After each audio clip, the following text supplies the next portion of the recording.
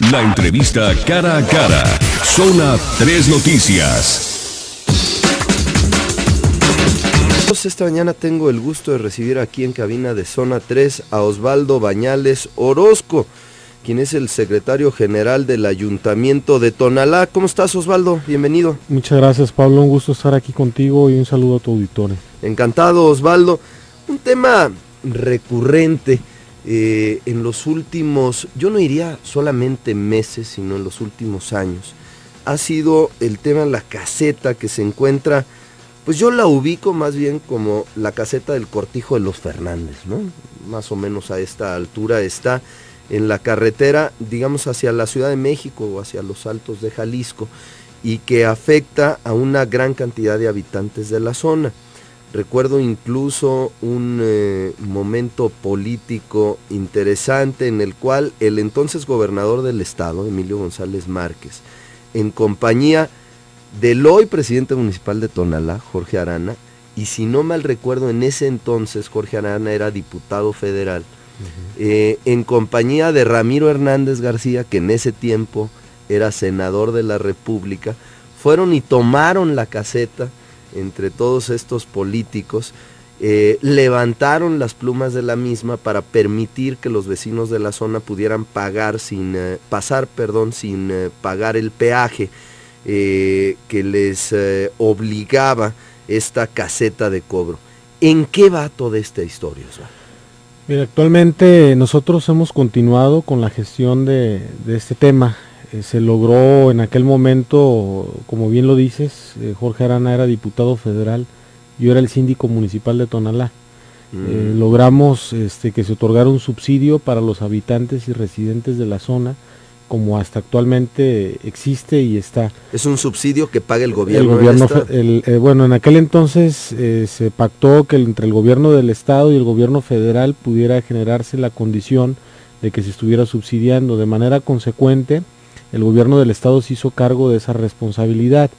Debo de precisar que obviamente esta fue solamente una aspirina a un problema que debe de resolverse de fondo, que nosotros esperamos las próximas semanas podamos estar nuevamente en la Secretaría de Comunicaciones y Transportes a efecto de que este asunto pueda concluirse. Para el gobierno de Tonalá ha sido una prioridad porque son 100,000 personas afectadas. 100,000 en promedio con esta situación.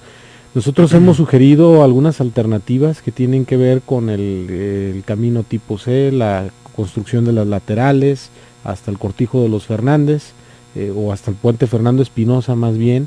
La construcción, logramos con las gestiones que se hicieron en ese entonces. El puente Fernando Espinosa es este puente volado que está sobre la barranca, que atraviesa la barranca. Y logramos en aquel entonces que se construyera un paso deprimido, le llaman, a la altura de, hay dos fraccionamientos o dos lugares importantes, El Vado y Pedregal de Santa Marta, lo separa la autopista.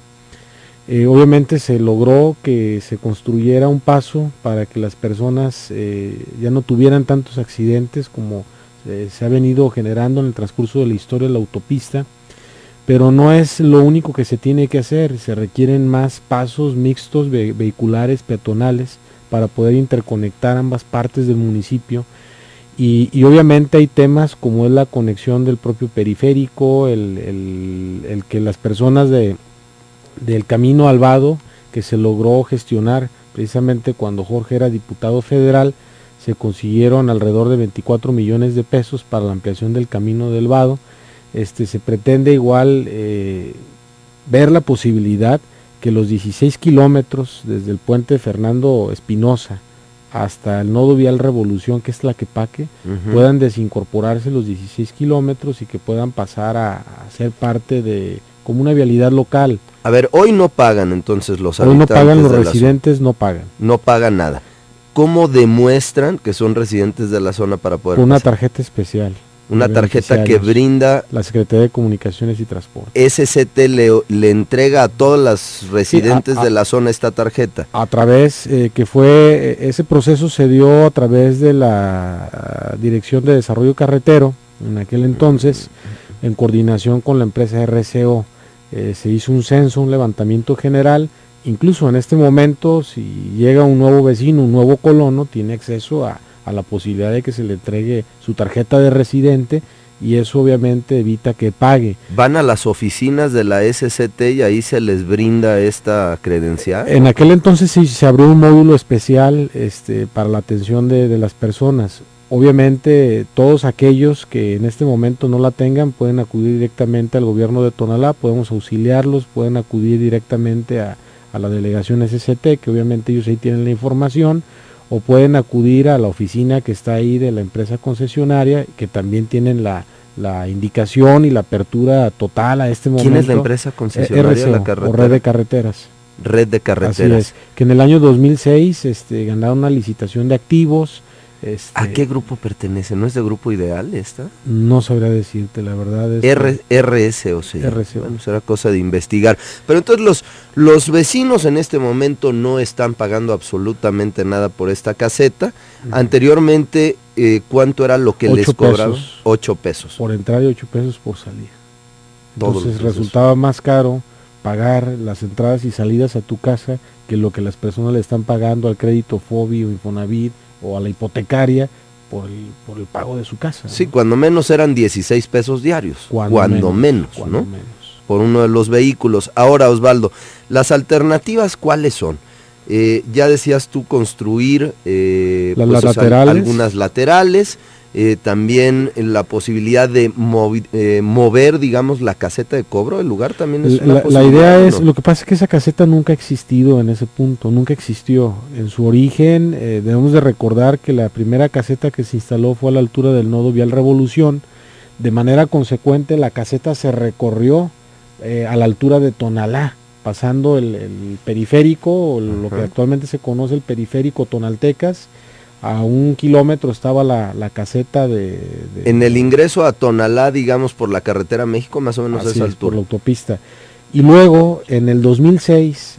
por la central camionera, ¿no? Primero estuvo en la central camionera, luego se recorrió la central camionera está en Tlaquepaque, luego se recorrió a Tonalá, luego en el 2006 se generó un movimiento social donde también nos tocó participar y la caseta se recorrió hasta donde hoy está, que es a los límites del puente de Fernando Espinosa, por así decirlo, y ya no hubo ninguna caseta intermedia.